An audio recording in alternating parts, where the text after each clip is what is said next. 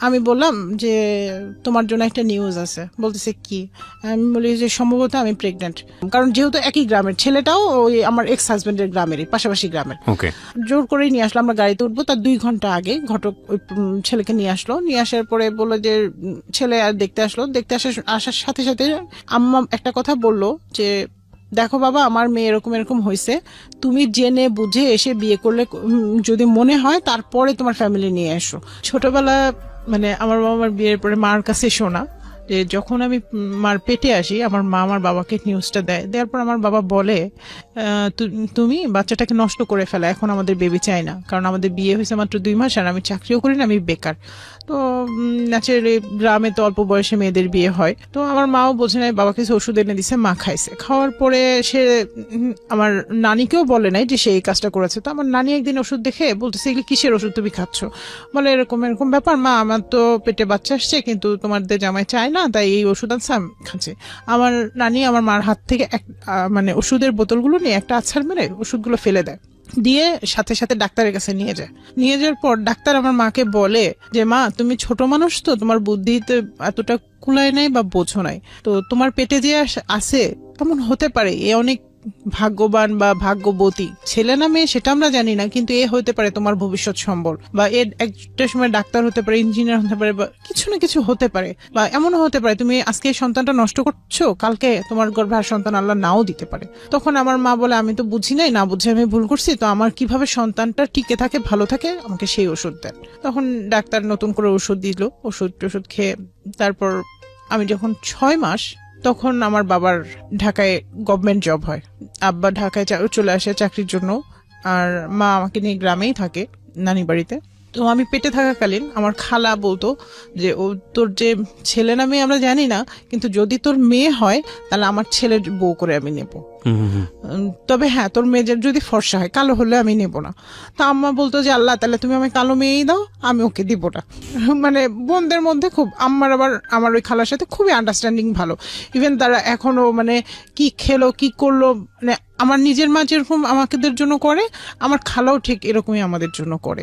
আচ্ছা। তো যাই হোক, আমার জন্ম হলো, আমি বাবা মার সাথে ঢাকায় আসলাম, ঢাকায় বড় হচ্ছি, লেখাপড়া করছি। আমার ওই খালাতো ভাইকেও আমার মাই পড়ায়, এবং মানে ছোটবেলা থেকে আমার মাই পালতো, যেহেতু আমার খালার আর্থিক অবস্থাটা ভালো ছিল না। ইভেন আমার বাবা লেখাপড়া থেকে শুরু করে তার সবকিছুই গাইডনেস দেয়। খালাতো ভাই বড় হচ্ছে, আমিও বড় হচ্ছি।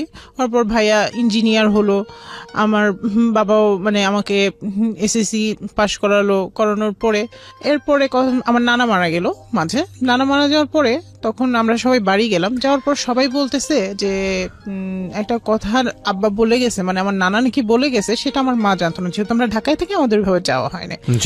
তো বলতেছে যে আমার ওই খালাতো ভাইয়ের সাথে আমার নানা বিয়ে ঠিক করে গেছে। তো আব্বার আম্মা হচ্ছে আধুনিক মনা, তারা ওরকম কখনো ইয়া করে নাই। তো আব্বা বলে যে না, আমার মেয়ে অনেক ছোট, আমি এখন বিয়ে দিব না। আর আমার মার কথা, আত্মীয়র মধ্যে আত্মীয়তা করবো না, ও কোথাও বিয়ে করুক, ও সুখী হবে, আমার মেয়েকে আমি কোথাও দেই, আমি একটা আত্মীয় পাবো। জাস্ট মানে তখন মানে আমার ফ্যামিলির কেউ রাজি না, বাট আমার আত্মীয় স্বজন সবাই রাজি, যে হোক, হলে অসুবিধা কি, আর ছেলেও তো ওই তো মানুষ করছে। তো পরে যাই হোক, আব্বা যেহেতু রাজি না, প্রথমত আব্বা রাজি না দেখে আম্মাও রাজি না। এইভাবে চলতে যখন আমি অনার্স সেকেন্ড ইয়ারে, আমার মানে বেশ কিছু বিয়ের প্রপোজাল আসে, আব্বা দেখে অ্যাভয়েড করে, না আমি এখন আমার মেয়ে বিয়ে দেবো না, আমার মেয়েকে আমি অনেক লেখাপড়া করাবো, অনেক ইয়ে করবো। আপনি কি একটাই সন্তান ছিলেন নাকি? না, আমার বাবা মার আমরা এক ভাই এক বোন, আমার ছোট ভাই আছে। আচ্ছা, বয়সের গ্যাপ কত ছিল? বয়সের গ্যাপ 7-8 বছরের। আচ্ছা, আপনি অনার্স সেকেন্ড ইয়ারের সময় বিয়ের প্রস্তাব আসছে? হ্যাঁ, আর আমার মানে খালাতো ভাইয়ের সাথে আমার বয়সের ডিফারেন্স প্রায় 14 মতো এরকম হবে। ওনার সঙ্গে বিয়ের প্রস্তাব আসছিল? হ্যাঁ, ওনার সাথে মানে বিয়ের কথা এমনি চলে, আমার খালা নিতে চায়। আর এছাড়াও অনেক পাত্র আসছে, পাত্রের অভাব নেই। তো আমার বাবার কথা যে যত ভালো ছেলেই আসুক না কেন, আমার মেয়ে লেখাপড়া শেষ করবে, ভালো চাকরি করবে, দেন আমি তাকে বিয়ে দিব। এটা আমার বাবার, কারণ মানে সে বলে যে আমি একটা ভুল করতে চেয়েছিলাম কিন্তু আমি করিনি, যাই হোক, কিন্তু নতুন করে কোনো ভুল না করি, এটাই। তো যাই হোক, এরপরে যখন আমি অনার্স সেকেন্ড ইয়ারে, তখন একদিন আমি স্বপ্নে দেখি আমার দাদাকে স্বপ্নে দেখি, কারণ আমার দাদা মানে আমি কোনোদিন দেখি নাই তাদের, স্বপ্নে দেখি। আমার বাবাকে বললাম যে এরকম দেখলাম, বাবা কেন দেখলাম জানি না, মনটা খুব অস্থির। তার এক সপ্তাহ না যেতে আবার স্বপ্নে দেখি আকাশ থেকে চাঁদ ঝরে পড়তেছে এবং অসংখ্য তারা উঠতেছে। কে দেখে? আপনি দেখেন? আমি দেখি স্বপ্নে। আচ্ছা। আমি এটাও বললাম বাবা মার সাথে আমি ফ্রি, তো বললাম, তখন ওরা বলতেছে যে তুমি শুধু শুধু টেনশন করতেছো মনে হয় কোনো বিষয় নিয়ে, আল্লাহ ভরসা, আল্লাহর কাছে নামাজ পড়ো, দোয়া করো। আমি মানে ছোটবেলা থেকে একটু নামাজ টামাজ এগুলির প্রতি এমনিও একটু দুর্বলতা বাবা মার কাছ থেকেই পাইছি। তার এক সপ্তাহ পরে আমার ভাইটা মারা গেল, আমার ওই খালাতো ভাই, যে ভাইয়ের সাথে মানে বিয়ে নিয়ে কথা চলছিল, বা খালাও চাচ্ছিল যে আমার ছেলের বউ হোক, বা আমার বাবা মা দিতে চাচ্ছিল না। তো ওই ভাইটা মারা গেল। মারা যাওয়ার পর খালা একটা অভিযোগ তুললো, ওনার হেপাটাইটিস বি হয়েছিল। মানে যেহেতু যে ইঞ্জিনিয়ার ছিল, বিভিন্ন জায়গায় ঘর সংসার ছিল না, কাজ টাজ করতো, নিজের শরীরের যত্ন নিত না, সো অ্যাট লাস্ট তার হেপাটাইটিস বি। কিন্তু সে চাকরি করে মানে আমাকে নেয়ার জন্য তার ঘরে, মানে সে চাইছিল যে আমি এমন কিছু, মানে সে এমন কিছু করুক যাতে সবার দেখে মনে হয় আমার বাবা মা গরিব দেখে দিচ্ছে না, এরকম একটা তাদের মনে টেনশন কাজ করছিল, যার ফলে সে বাড়ি গাড়ি এভরিথিং করছিল শুধু আপনাকে নেওয়ার জন্য। হ্যাঁ, আমাকে নেওয়ার জন্য আমার খালা করাইছিল যে তুমি করো, নিশ্চয়ই ওর বাবা মা দেখে খুশি হবে এবং বিয়েটা দেয়। হ্যাঁ, বিয়েটা দেয়। ভাইয়া মারা গেল, আমরা ওইখানে গেলাম। যাওয়ার পর ওই গ্রামে যাওয়ার পর সবাই একটা কথা বলতো, আমি উনার বউ হব, এটা পুরো গ্রাম জানতো। এর জন্য কোনো বিয়ের মানে তেমন কোনো কেউ বিয়ের প্রপোজাল নিয়ে আসে নাই। যেই আনতো সবাই খালামনে একটা কথাই বলতো যে আমার ছেলের বউ আছে, আমার ছেলের অন্য কোথাও আমি বিয়ে দিব না, আমার ছেলের বউ আছে। ইভেন খালু আমার ভাই নিজে মুখ ফুটে অনেকবার আমার মার কাছে বলছে, আমার বাবার কাছে বলছে, কিন্তু আমার মার কথা যে আমি আত্মীয়র সাথে আত্মীয়তা করবো না। আর খালামনিকে একটা কথা বলতো যে তুই তো বলছিলি কালো হলে নিবি না, তাহলে আমার মেয়ে এখন কালো, তুই নিবি কেন, তুই চাস কেন, তুই আর চাবি না, ফর্সা হলে তুই চাইবি, এটা এসে তারা বলে। এরপরে ভাইয়া মারা যাওয়ার পরে মাস 2 না যেতেই খালু একটা বিয়ের প্রপোজাল নিয়ে আসলো। খালু প্লাস আমার মামা গ্রাম থেকে একটা বিয়ের প্রপোজাল নিয়ে আসলো।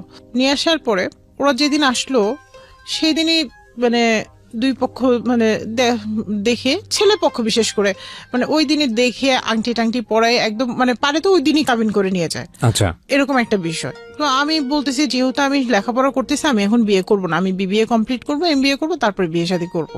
আর ওরা বলতেছে আমরা লেখাপড়া করাবো, কোনো সমস্যা নেই, আমার লাগে তোমাকে এমবিএ করাইতে, আমার ছেলে সহ এমবিএ পড়বে, এরকম বলতেছে। তারা বললো যে আমরা 20 লাখ টাকা কাবিন দিব, হ্যাঁ তোমার বাবা খুশি, আমার ছেলেকে যা দিবে। তো আমার বাবা আবার বললো কি ঠিক আছে, আপনারা যদি আমার মেয়েকে 20 লাখ টাকা দিতে পারেন, গয়না টয়না সব দিয়ে যদি মোড়ায় নিয়ে যান, সেই ক্ষেত্রে আমি আমার জামাইকে আমিও 5 লাখ টাকার একটা, এটা সমাজের নিয়ম, এটা কিছু না কিছু দিতে হয়, এটা সে বলতেছে।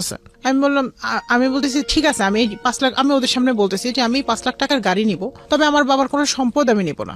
তখন বাবা যখন সম্পদ দিতে মানে বাবা মারা গেলে তো আমিও তো অংশীদার, তো আমি সেই সম্পদ দেবো না, আমার সেই সব সম্পদ আমার ভাইয়ের নামে আমি লিখে দিব।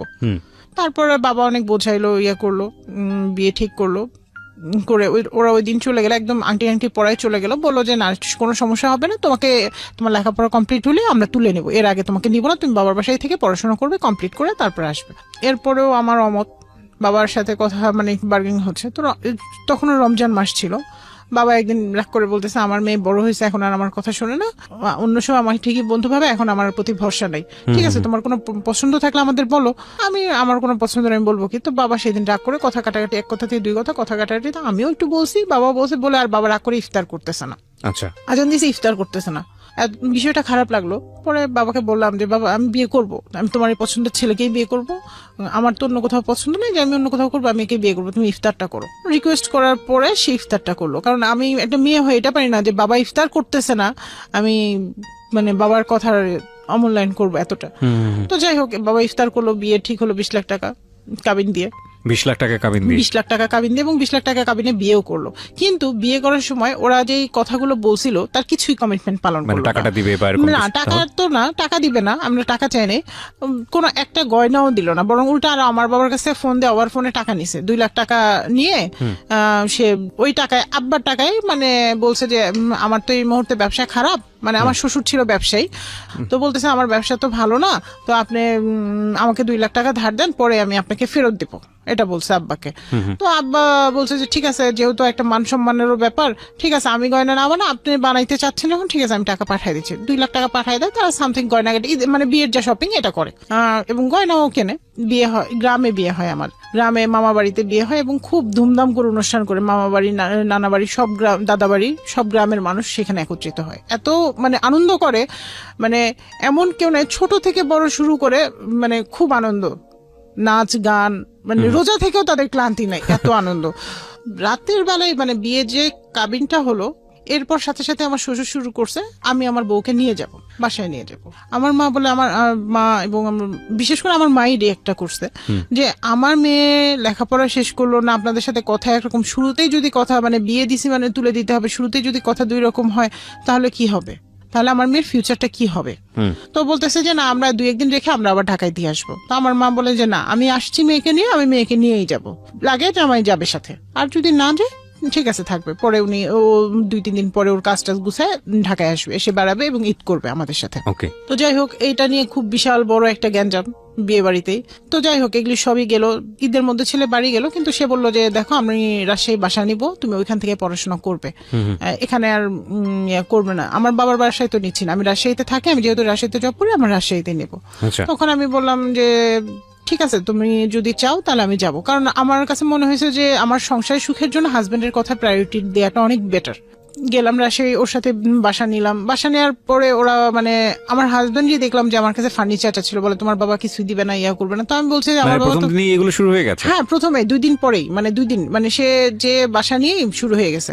তো আমার কাছে বিষয়টা প্রথম অড লাগলো। তো আমি বললাম যে কেন, ফার্নিচার দেওয়ার তো কথা ছিল না, ফার্নিচার বা যখন উঠাই দিবে তখন আমার বাবা দিবে, এখন তো উঠাই দিচ্ছে না, তুমি নিজে স্বেচ্ছায় কোথাও বাসা দিচ্ছ, সেখানে আমরা যাচ্ছি থাকছি, সেটা আলাদা বিষয়। তো আব্বাকে বললাম, আব্বা যথারীতি আমার শ্বশুরকে ফোন দিলাম, আমার শ্বশুর আবার খুব চালাক মানুষ।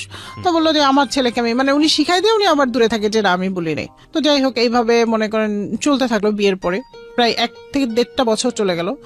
এর মাঝে আমি জানতে পারলাম ছেলে ইঞ্জিনিয়ার না, রাজশাহীতে যে বাসা ভাড়া বা সংসার খরচটা চালায় সেটাও সবকিছুই তার মা আর বাবা বেয়ার করে। আচ্ছা, আমার কাছ থেকে সবকিছু গোপন করে। ইভেন আমার যে জামাটা, আমার যে ড্রেসটা গোপন করেছে, মানে কি আপনার বাবা খোঁজ খবর নেয়নি বিয়ের আগে? আমার বাবা ঢাকায় থাকে, খোঁজ খবর বাবার অনেক ইয়া ছিল, গাফিলতি ছিল। আমার চাচা না করেছিল, অনেকেই না করেছিল, কিন্তু আমার বাবাও যে ওদের কথায় কিভাবে কি হলো তার মাথার মধ্যে, না ছেলে ভালো, ওভারঅল ভালো, বাবা এস্টাবলিশড, একমাত্রই ছেলে, তার নামে বাড়ি গাড়ি সব আছে, সমস্যা কোথায়, এরকম একটা বিষয় ঢুকে গেছিল যে না সমস্যা নাই, ইঞ্জিনিয়ার যখন লেখাপড়া করছে তখন ওই জায়গায় না করলে আমি আরেক জায়গায় চাকরি দিতে পারবো, এরকম একটা বিষয় ঢুকে গেছিল।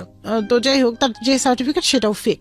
বুঝতে পারে আমি বললাম যে শোনো, সবই তো যা হয়েছে, অসুবিধা নেই, তুমি লেখাপড়া শুরু করো, বা লেখাপড়া না করলে পাশাপাশি কিছু করার চেষ্টা করো। আমি লেখাপড়া এমবিএটা ভর্তি হতে চাচ্ছিলাম, আমাকে এমবিএটা এবার ভর্তি করো, কারণ অনেকদিন সময় চলে গেছে, ভর্তি করলাম না তুমি। মানে আমার বাবার আর আমার প্রেশারেই ভর্তি করলো, এমবিএ ভর্তি করলো। কিন্তু এর মাঝে তাদের মানে বিভিন্ন সময় বিভিন্ন কিছু চাওয়া, বিশেষ করে ওই যে গাড়ির টাকাটা চাওয়া কিন্তু বন্ধ হয় নাই। তারা গাড়ি নিবে না, কিন্তু গাড়ির 5 লাখ টাকা নেবে। আমার কাছে জিনিসগুলো খারাপ লাগতো যে আমি তো আছি, আমি তো তাদের সংসার থেকে চলে যাই নাই, যে গাড়ির টাকা তারা কেন এভাবে টাকা বারবার। তো অ্যাট লাস্ট আমার যখন এমবিএ জোর করে ভর্তি করলো, প্রত্যেক সেমিস্টারের ফাইনাল পরীক্ষার আগে খুব গ্যাঞ্জাম করতো, মানে কোনো না কোনো অকারেন্স করতো যাতে আমি পরীক্ষা দিতে না পারি, কিন্তু আমি ওর মধ্যেই পরীক্ষা দিতাম। কখনো বাসায় অনেক মেহমান নিয়ে এসে, মনে করেন 3-4 দিন ধরে আত্মীয় স্বজন বোন টোন সব যা আছে নিয়ে এসে রাখতো, আমি ওদের রান্না শেষ করে এরপরেও দেখা গেছে যে আমি নিজের পড়াশোনাটা করে পরীক্ষা দিতে চলে গেছি। দেখা গেছে ওদের টেবিলে খাবার দিছি, দিয়ে আমি চলে গেছি, পরীক্ষা দিয়ে এসে আবার রান্না করে আবার দুপুরে খাবার রেডি করে ওদের খাওয়াইছি। নইলে তো জামাই মানুষ কথা হবে, আসছি মানে ভাইয়ের বাড়ি আসছি, ভাই আমাদের ভাবি এরকম করছে।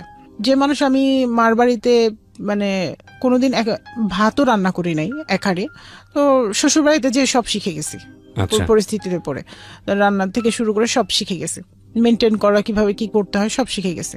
এরপর আমার এমবিএ 2nd সেমিস্টার ফাইনাল আসলো। তখন তারা মানে যখন দেখলো যে আমরা কোনো কিছু দিয়ে ওকে আটকাতে পারি না, ও পরীক্ষা দেয় এবং ভালো রেজাল্ট করে, তখন কি করলো, পরীক্ষা চলতেছে, 2টা পরীক্ষা আমি দিয়েছি, আর 2টা পরীক্ষা দেওয়ার আগে সে বললো যে গ্রাম থেকে ফোন আসলো, আমার শ্বশুর খুব মরমর অবস্থা, মানে খুবই অসুস্থ, যে মৃত্যুর সাথে পাঞ্জা লড়তেছে, এরকম শুনলে সবাই চলে যায়। আমি আমার হাজবেন্ডের সাথে গেলাম, যাওয়ার সময় আমাকে বলতেছে গয়নাগুলো নিয়ে নিবে, তোমার যে গয়না আছে এখানে সেগুলো নিবে, আর অন্য কিছু নেওয়ার দরকার নেই, আর 2টা জামা কাপড় যা লাগে টুকটাক নিও, কারণ এটা ওদের প্ল্যান ছিল, আমি জানতাম না। তো যাওয়ার পরে আমি দেখি আমার শ্বশুর অতটা অসুস্থ না। তো আমি বললাম যে দেখো আমার তো পরীক্ষা, তা আমি পরীক্ষাটা দেই। ও হ্যাঁ, ও আবার আমার সাথে এমবিএ ভর্তি হয়েছে, কিন্তু পড়াশোনা ফেক সার্টিফিকেট, ওরা আবার সার্টিফিকেট দিতে বলছিল, ও দিতে পারে নাই। ও তখন ওইখানে বলছিল যে আমি সার্টিফিকেট আমি পরে দিব। আমি পরে দিয়ে দিব, সমস্যা নেই। তো ওরা মনে করছে যেহেতু 2 বছর ওর লাগবে, এর মাঝে দিয়ে দিবে হয়তোবা। তো যাই হোক, পরে আমি পরীক্ষা, ও তো এক সেমিস্টার দিছে, আরেক সেমিস্টার পরীক্ষা দিবে না, বলতেছে আমি এই সেমিস্টারে টাকা ফিও জমা দিই, পরীক্ষাও দিবে না। আমার কথা হলো ওটা ওর পার্সোনাল ব্যাপার, আমি ওকে তো জোর করে ফোর্স করে কিছু করাতে পারবো না, ঠিক আছে। পরে আমি বাসায় আমার শ্বশুর বাড়িতে আসলাম। আম্মা কেন জানি আমাকে ফোনে বলতেছিল, আমি যখন বলতেছিলাম আম্মা বলতেছিল, মা খুব তুমি সাবধান, নইলে তুমি করো, তুমি তোমার চাচার বাসায় থেকে যাও, তুমি যদি ওখানে যেতে না চাও। আমি বলে যে আমার শ্বশুর বাড়ি, শ্বশুর অসুস্থ, না গেলে মানুষ কি বলবে, খারাপ বলবে। মানে মনে হয় যে মার মনে, মা বাবার মনে সবকিছু আগেই বলে দেয়, বিশেষ করে মার মনটা। তো যাই হোক, আমি ওখানে যাওয়ার পরে আমি ওদের বলতেছি যে দেখো আমি পরীক্ষা দিতে যাব, আমি অসুস্থ, আমি শরীর ভালো না, কিন্তু আমি তবুও আমি পরীক্ষা দিতে যাব, আমাকে রাজশাহী যেতে দাও, আমি বাসায় থাকবো, প্রয়োজন তুমি থাকো, তোমার বাবা অসুস্থ তুমি থাকো, ডাক্তার দেখাও, আমার তো দরকার নাই। না, ওরা আমাকে পরীক্ষা দিতে, তো বললো যে আব্বাকে হসপিটালে ভর্তি দেবে, অ্যাজমা রুগী যেহেতু যে শ্বাসকষ্টটা প্রবলেম হয়, অনেক সময় নেবুলাইজার লাগে, তো ওটা ওষুধটা ওনার কাছে ছিল না, তো হসপিটালে নিয়ে গেল। তো আমাকে বললো চলো চলো তুমিও চলো, তুমি না গেলে কি। এ বলে ভাই আমার ব্যাগটা কিচ্ছু নিতে দেয় না, ইভেন আমার হাতের যে ব্যাগের মধ্যে আমার অর্নামেন্টস ছিল, পরে আমি মানে ওর সাথেই চলে যাই, ওগুলি কিছুই কিন্তু আমার সাথে নাই। এরপর কি করলো, ওর বড় বোন এসে আমার মোবাইলটা দিল, আমার মামা আসছে আবার দেখতে, ফোন করছে আমি মামারে যে মামা এরকম আমার শ্বশুরের নিয়ে হসপিটাল আসছে, আপনি আসেন দেখে যান। তারপর আমার মামা যেহেতু আসছে, ওর বললো কি তোমার ওর মোবাইল নিয়ে আসছি, তো মোবাইলটা দিয়ে ওর মামার সাথে যাক, ও তো অসুস্থ, মামার সাথে যাক। আমি বলি আমার তো কালকে পরীক্ষা, আমি মামার সাথে যাবো কেন? আপনারা ঠিক আছে গেলে, আমার অ্যাডমিট কার্ডটা তো সব বাসায়, আমার বাসায় চাবি টাবি এগুলি দেন, ব্যাগটা দেন, আমি বাসা থেকে রেডি হয়ে তারপর যাবো। তো বলতেছে না, পরীক্ষা দেওয়া লাগবে না, তোমার এবছর পরীক্ষা দেওয়া লাগবে না, তুমি পরে পরীক্ষা দিবা। আমি কি পরে পরীক্ষা দিতে পারবো না? ছেলের হচ্ছে, আমি পরে পরীক্ষা দিতে পারবো না, এ বলে মামার সাথে এক কাপড়ে পাঠাই দিল।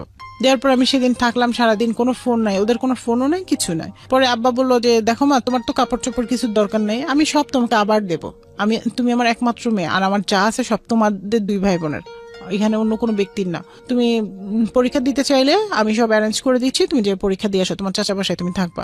ওরা আমার ব্যাগ থেকে চাবি, অ্যাডমিট কার্ড, গয়নাপত্র যা আছে এভরিথিং রেখে দিছে, কোনো কিছুই আমাকে দেয় নাই। হাত ব্যাগটা শুধু ওই যে মোবাইল সহ হাত ব্যাগটা দিয়েছে, তাও ওটা হাত ব্যাগটা দিয়েছে পরের দিন সকালে ওর এক দুলাভাই যে দিয়ে আসছে যে বউয়ের এখানে ওষুধপত্র আছে, লাগবে নাকি, এটা দিয়ে আসছে। যাই হোক, তো আমার পরীক্ষা, আমি বলতেছি তাহলে আর আমার এখানে বুঝছি ওরা আর কেউ আমার সাথে যোগাযোগ করবে না, আমি ওদের আর কোনো পারমিশনের অপেক্ষা না করে আমি ভোর সিংড়া থেকে ভোর 5টার সময় উঠছি, উঠে আমার এক মামাকে সাথে করে নিয়ে আমি চলে গেছি রাজশাহীতে যেয়ে প্রথমে আমার চাচা বাসায় উঠছি। ওঠার পর চাচা পরে সাথে আরেকজন লোক দিয়ে পরীক্ষার হলে পাঠিয়ে দিচ্ছে, যে বলা যায় না ওরা কোনো ক্রাইম করে বসে কিনা। পরীক্ষা দিলাম, পরীক্ষা নিজের মতো দিয়ে পরে আব্বা আবার টিকিট কেটে দিল, আমি ঢাকায় ব্যাক করলাম। আব্বা বলে যে ওখানে ফিরে যাওয়ার দরকার নেই, তুমি এভাবে পরীক্ষা দিছো, এর ফল ভালো হবে না, তো তুমি ঢাকায় ব্যাক করো। তো আমি ঢাকায় চলে আসলাম, এক কাপড়েই ঢাকায়, শীতের সময় ছিল, কাপড়ও তেমন কিছু ছিল না, ট্রেনে করে আমি ঢাকায় চলে আসলাম। আসার পরে বাবা বললো যে দেখো, তুমি যদি এত কিছুর পরেও যদি তুমি ওই সংসারে ফিরে যাও, তাহলে আমি যখন মারা যাব তখন তুমি আসবে, তার আগে আসবে না। আমি ঠিক বুঝলাম না আপনার কথা, বাবা এই কথাটা কেন বলছে? মানে বাবা দেখতেছে আমার মেয়ের অনেক কষ্ট হচ্ছে, ইভেন তারা লেখাপড়া করতে দিচ্ছে না, আমার একটা ভুল হয়ে গেছে। বাবা বলতেছে কাবিনটা তো আসলে বিষয় না, যেহেতু সে বারবার তারা টাকা চাচ্ছে, তারা তোমার কোনো করতেছে না, কেয়ার করতেছে না। এবং আমি নিজেও বলতেছি যে বাবা আমাকে পড়াশোনা করতে দিচ্ছে না, আমি নিজেও বলতেছি যে আমি ওর সাথে থাকবো বা সংসারটা করব। মানে আপনি আপনার বিভিন্ন কমপ্লেইন গুলো বাবাকে বলছেন সবসময়, মানে বাবা মার সাথে তো হ্যাঁ আপ টু ডেট, আর তারা তো জানে। তো আমার কিন্তু অন্য বিষয়ে কমপ্লেন ছিল না, আমার বিষয়টা ছিল যে আমাকে পড়ালেখাটা করতে দেওয়া হোক। ঠিক আছে, তোমরা টাকা চাচ্ছ, তোমরা নিচ্ছ, সেটা আলাদা বিষয়, কারণ আমার বাবার প্রথম ভুলটা করছে যে 5 লাখ টাকা দিতে চাইছে, এটা হচ্ছে আমার বাবার প্রথম ভুল ছিল যেটা। তো যাই হোক, তো পরে আমি বললাম, তখন বাবা সবকিছু দেখে বলতেছে যে যদি তুমি যাও তাহলে তুমি যেতে পারো, আমার কোনো আপত্তি নাই, কারণ তুমি একটা বাচ্চা নিয়ে এসে যখন আমার সংসারে থাকবা, লেখাপড়া জানো না, তখন তোমাকে দিয়ে আমি কি করাবো? তখন তোমার লাইফটা একবারই শেষ। ইভেন আমার কয়েকজন ফ্রেন্ডও বোঝালো আমাকে। এটা কে বলেছে আপনাকে? এটা আমার বাবাই বললো আমাকে। আমার বাবাই বললো, ইভেন প্লাস সাথে আমার কিছু ফ্রেন্ডরাও বললো যে তারা কেউ মেজর পার্সন, কেউ আর্মি পার্সন, মানে বড় বড় অনেক উপরে, কেউ পজিটিভ বলছিল না, বলছিল না ঠিক আছে তোমার এখানে গিভ আপ করাটাই শেষ। হ্যাঁ, কারণ তুমি যেহেতু এইভাবে ফাইট করে সে পরীক্ষা দিছে, এখন তুমি ওই সংসারে গেলে তোমাকে ওরা এমন ভাবে টর্চার করবে যেটা বিগত দিনে করে আসছে। আমি মানে বললাম না যে ওদের টর্চারের তো যেটা বিগত দিনে করছে, ইভেন তারা আমার মামাকে বলেই বসছে, বড় মামাকে বলছে, বাজারে দেখা হয়েছে একই গ্রামে যেহেতু। তখন আমিও চিন্তা করলাম যে না, যা হয়েছে হয়েছে, ও যদি অন্য জায়গায় বিয়ে করে হ্যাপি থাকে, অন্য কোথাও থেকে যদি টাকা নিয়ে এসে ওরা যদি হ্যাপি থাকে তাহলে ওরা থাকুক, আমি আমার লাইফটাকে আমার মতো করে লেখাপড়া কমপ্লিট করে সাজাই। কারণ ওই ছেলে তো চাকরিও করবে না বা ও তো কোনো কিছুই করবে না, এভাবে বাবা মার টাকা দিয়েও বাচ্চা হলে তো ওদের টাকা দিয়ে এইভাবে কয়দিন আমি চলবো, আর বাচ্চা হয়ে গেলে তখন যদি আরো টর্চারের পরিমাণটা বেশি হয়ে যায়, এরকম আমার মনেও বিভিন্ন প্রশ্ন আসলো। কারণ সে যদি আমাকে অরিজিনালি ভালোবাসতো তাহলে তো আমাকে এক কাপড়ে এইভাবে বের করে দিতে পারতো না। পরে আমি ওখান থেকে এই সব কিছু থেকে আমি বেরিয়ে আসি, একটা মিউচুয়াল ডিভোর্স আমাদের হয়। বেরিয়ে আসার বিয়ে কয় বছরের মাথায় আপনার ডিভোর্স হয়ে গেল? 1.5 বছর। 1.5 বছরের মাথায়। যাই হোক, এগুলি সব গেল। বা আমি আবার MBA Dhaka two Russia MBA complete করলাম, কারণ যেহেতু তার একটা সেমিস্টার ছিল, ওনারা বলতেছিল যে তুমি এই একটা সেমিস্টারের জন্য আর ঢাকায় নিও না, ট্রান্সফার করে তুমি এখানে এসে কমপ্লিট করো, আমরা তোমাকে ওইভাবে স্কোপ দিব। যেহেতু এমবিএ শুক্র শনি ক্লাস ছিল, তো আমি রেগুলার বৃহস্পতিবার 2টা ট্রেনে রাজশাহী যেতাম, ক্লাস করতাম, চাচার বাসায় 2 দিন থাকতাম, আবার শনিবার রাতে 10টা 10:30 ট্রেনে ঢাকায় ব্যাক করতাম। এইভাবে আমার মানে প্রায় 6টা মাস চললো। এরপর এমবিএটা কমপ্লিট করলাম। পরে যাই হোক আমি চাকরি পেলাম নিজের যোগ্যতায়, কারো হেল্প ছাড়া। তো চাকরি করতে করতে বছর খানিক গেল, যাওয়ার পর ব্যাংকে চাকরি হয়ে গেল। এভাবে ব্যাংকে চাকরি হওয়ার 6 মাস পরে আমি মানে বাবা মার সাথে ঈদ করতে গ্রামে গেলাম। গ্রামে যাওয়ার পর ঘটক একটা প্রপোজাল জোর করেই নিয়ে আসলো, যেটা প্রপোজাল আগেও বলছে।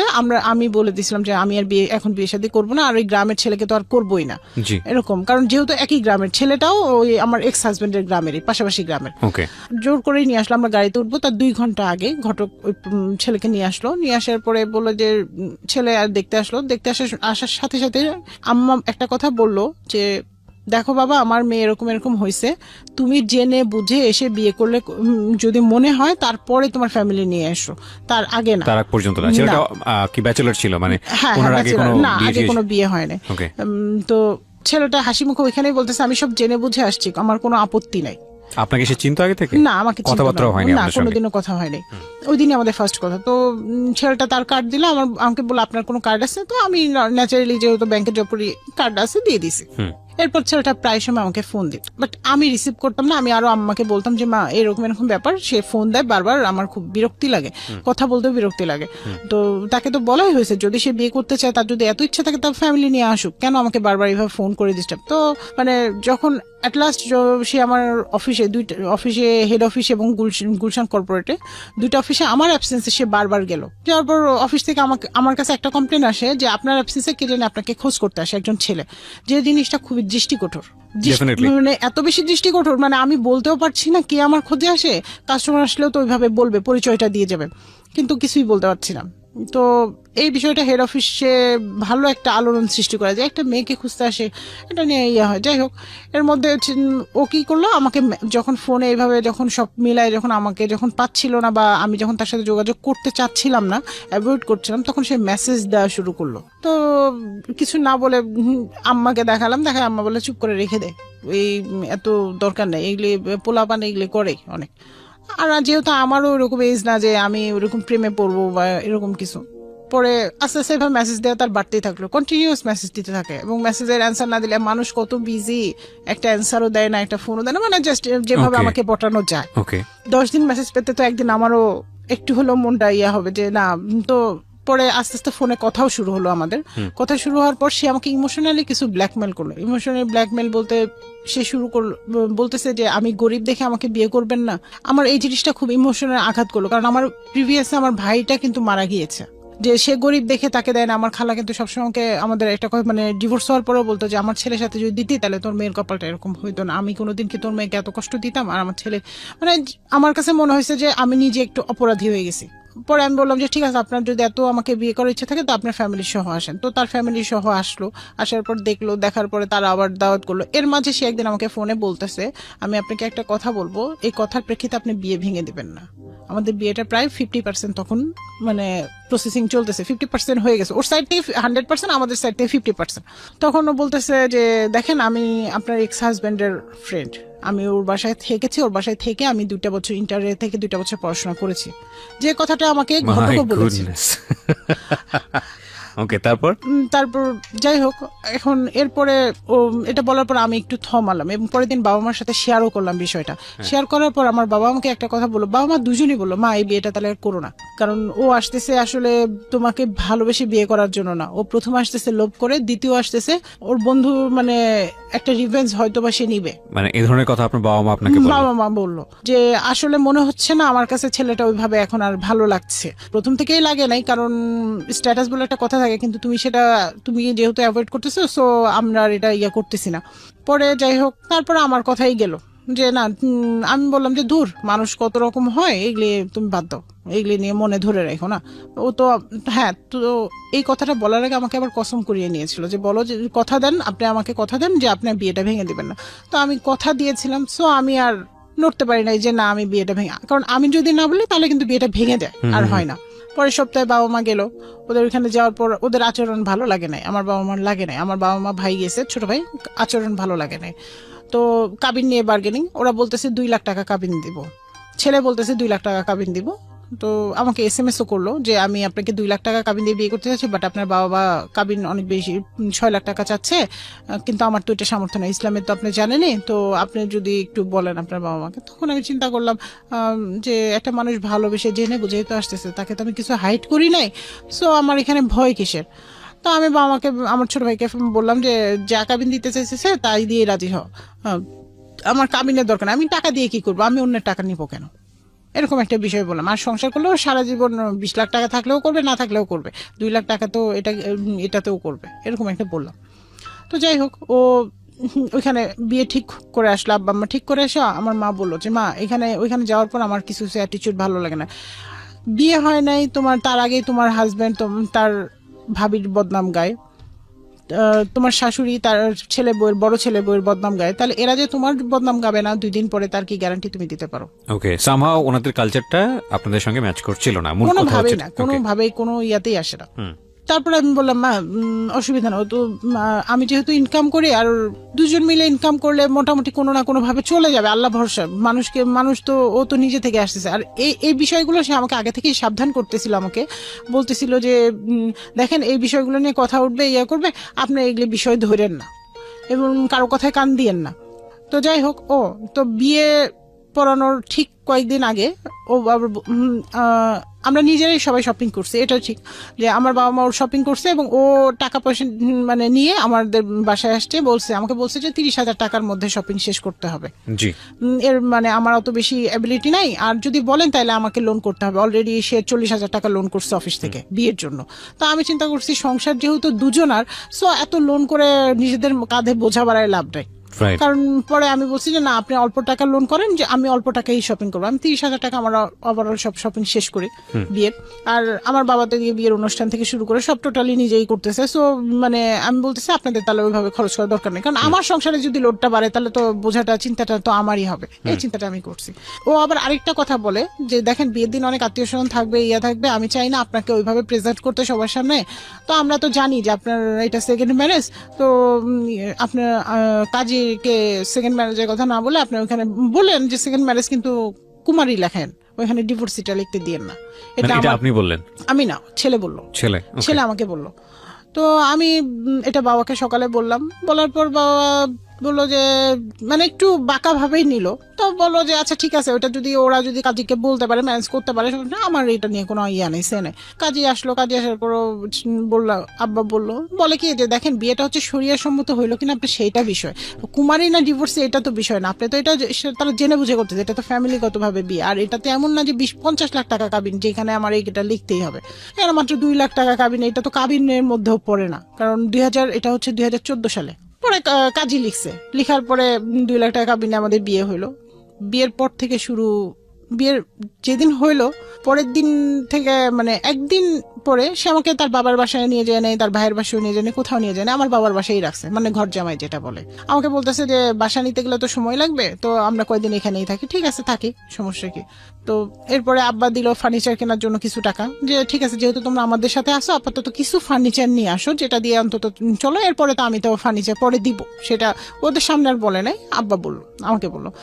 তো 50,000 টাকার মতো দিল, এটা দিয়ে আমরা খাট ছিল, স্টিলের শোকেস, একটা আলমিরা এগুলি মানে টুকটাক আর কি, যেটা কাপড় চোপড় রাখার জন্য একান্তই দরকার। আমি বললাম যে তোমার মা অসুস্থ, তুমি এখানে আসো, ঠিক আছে তুমি যাচ্ছ, তাহলে আমিও তোমার সাথে তোমার ভাইয়ের বাসায়। বলে ভাইয়ের বাসায় পরিবেশ ভালো না, তুমি যে থাকতে পারবা? আমি বলি হ্যাঁ পারবো না কেন, বিয়ে যখন করছি তখন তো থাকতে হবে, সব জায়গায় মানিতে হবে।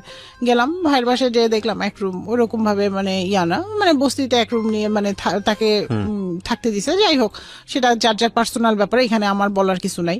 আমি জোর করেই থাকলাম, বলতে গেলে ওর সাথে জোর করে গেলাম এবং জোর করে থাকলাম। ওখান থেকে আসার পরে আমাকে বলতেছে যে এরকম দেখো ভাবি না একটা জিনিস বাঁকা চোখে নিচ্ছে। কি বাঁকা চোখে নিচ্ছে? মাত্র 50,000 টাকা দিছে আব্বা কেনাকাটার জন্য, এই জিনিসটা ভাবি খুব বাঁকা ভাবে নিছে। ভাবি আমাকে ভাইয়ের সামনে কেমন ইনসাল্ট করছে, এরকম বলতেছে। আমি বলতেছি যে দেখো এইটা নিয়ে তো এত বেশি ম্যাটার হওয়ার বিষয় না।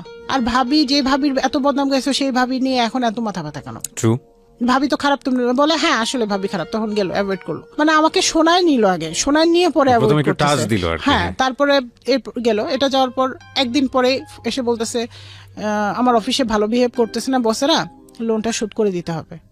লোনটা শোধ না করলে বসেরা ভালো বিহেভ করতেছে না। 40,000 টাকা তার যেটা লোন আছে।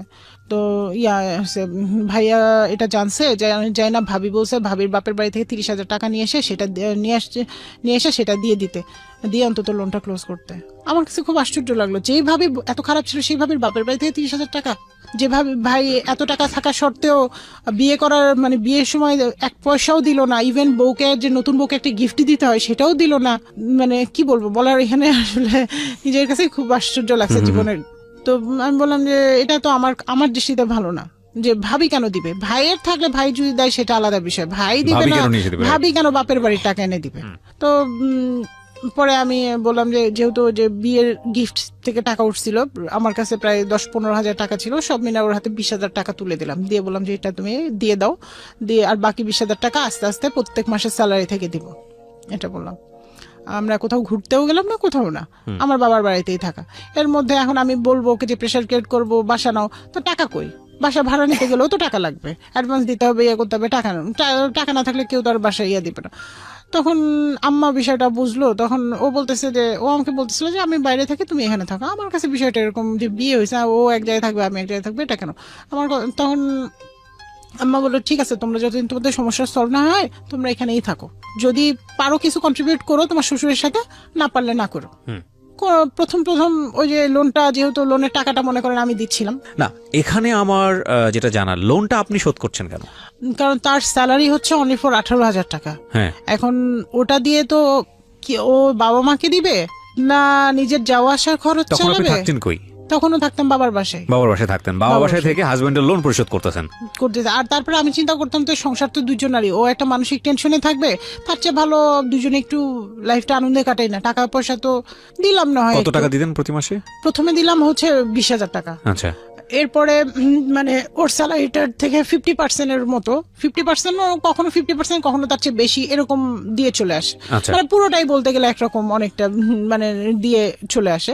আমি বলছি যে তোমার স্যালারি উঠায় আনার দরকার না, ওটা দিয়ে লোনটা হোক অ্যাডজাস্ট। আর আমি চালাচ্ছি আমি এদিকে so mature. So first night তো তাকে রাত 2টার সময় 2:30টার দিকে ফোন দেওয়ার কোনো দরকার হয় না। একটা ম্যাচিউর যেহেতু আমরা, ভাবির সাথে রিলেশনও তো তার ভালো না, সেই ফোনটা নিল, সে আমাকে বোঝালো যে দেখো ভাবি তো এরকমই, ভাবি ওই যে মানুষের কিভাবে দ্বন্দ্ব লাগবে সেই বিষয়টাই কাজ করে, এরকম বললো, একটু বাঁকা করেই বললাম। তখন আমি ন্যাচারালি ওটা ভুলে গেলাম, অ্যাভয়েড করে গেলাম। যেদিন আমরা মানে যাব ওদের বাসায়, ওর ভাইয়ের বাসায় যে দাওয়াত দিতে, আমার বাবা, আমার ছোট ভাই, আমি, আমার হাজবেন্ড, মানে আমরা সবাই মিলেই যাবো, একসাথেই যাব। তো সেদিন তার মোবাইলে আমি, ও দুজনে বিছানায় শুয়ে থেকে মোবাইলটা করতে করতে একটা রেকর্ডিং বের হয়ে যায়। রেকর্ডিংটা ছিল দেবর ভাবির কথা। এটা রেকর্ডিং করছে তাদের মেয়ে, ছোট্ট মেয়ে, আমার মানে আমাকে না জানিয়ে আমার অ্যাবসেন্সে মানে তাদের বাসায় যেত। তার ভাইও থাকতো না, তার দেবর ভাবি দুজন থাকতো, এবং দেবর ভাবির কিছু কথা মানে যেটা আমার কাছে এত খারাপ লাগে, এবং অ্যাটলাস্ট ওই কথার মধ্যে থাকে, ভাবি আপনি চিন্তা করেন না, আপনি তো আসেন সবসময় থাকবেনই, আমি তো এটারে বিয়ে করছি, এটা যদি আমার কথা না শুনে টাকা পয়সা না দেয় তাহলে কিলায় দাঁত ভাঙিয়ে দিব আর ছেড়ে দিয়ে চলে আসবো। এরকম কথা ছিল। এই ফোন রেকর্ডটা আপনি কিভাবে শুনলেন? এই ফোন রেকর্ডটা ওই যে ওর সামনে মোবাইল টিপতে টিপতে হঠাৎ গড গিফটেড বের হয়ে গেছে।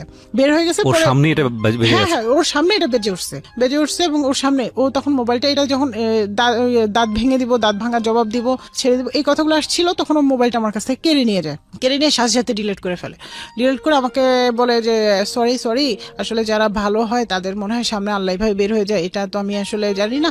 আমি ভাবিকে গেছিলাম, যে যেহেতু তোমার লামিয়াকে দেখতে গেছিলাম, ও ছোট, ও খুব কাঁদতেছিল আমার জন্য, আমি এই জন্য গেছিলাম, যে ভাবি বিভিন্ন কথা বলতেছিল, তো বলে আসছি যে ভাবি মনটা খুশি থাক, আমার কি, আমার তো এই ভাবিকে মন খুশি করার জন্য বলছি, এটা আবার লামিয়া রেকর্ড করে ফেলছি, তুমি এটা নিয়ে প্লিজ এরকম করো না, ভেবো না, কোনো টেনশন করো না, কোনো করো না। তারপর যাই হোক, এটা আমাকে বোঝাইলো। তখন আমি চিন্তা করলাম যে কারোর মধ্যে অশান্তি বা কোনো কিছু ধরে রেখে লাভ নেই, ঠিক আছে, আমি যদি একটা করি তা আমার বাবা মা আরো কষ্ট পাবে, কারণ আমার বাবা মা তো না করছিল, আমি তো শুনি নাই, আমার এই জিনিসটা আসলো। তো আমি চিন্তা করলাম যে দেখ, খারাপ যদি হয়ে থাকে, খারাপকেও তো মানুষ ভালো করতে পারে, আমিও চেষ্টা করে যাই, আমি তো খারাপ না, বা আমি তো কারোর সাথে খারাপ করি নাই। পরে ও আমাকে অনেক বোঝাইলো, করলো। পরে আমি হাত মুখ ধুয়ে ফ্রেশ হয়ে পরে সবার সাথে আমার ভাসুরের বাসায় গেলাম। ঈদ করার পরে আমরা সবাই ঘুরলাম ফিরলাম, আনন্দই করলাম। এভাবে আমি লোন পরিশোধ করে, মানে প্রায় শেষের দিকে চলে আসছিল লোন, ওই মাসে লোনের টাকাটা দিলেই প্রায় শেষ। তো তখন আমি আবার জানতে পারলাম, ও বলতেছে যে ফোনে আমাকে বলতেছে যে একটা কথা বলবো, তুমি রাগ করবা না তো? আমি বলছি কি বলবা, তুমি রাগ করার কি আছে? বলে যে তুমি শুনলে তো রাগ হবা। তো এরকম আমার আরো আগে, বিয়ের আগে 20,000 টাকা আরো বেশি লোন ছিল, বিভিন্ন প্রজেক্টে করছি, তখন টাকাটা রিটার্ন দেনে খরচ হয়ে গেছে সংসারের বিভিন্ন কাজে, তো আরো 20,000, তার মানে লোনটা বেড়ে দাঁড়ালো 40,000 থেকে 60,000।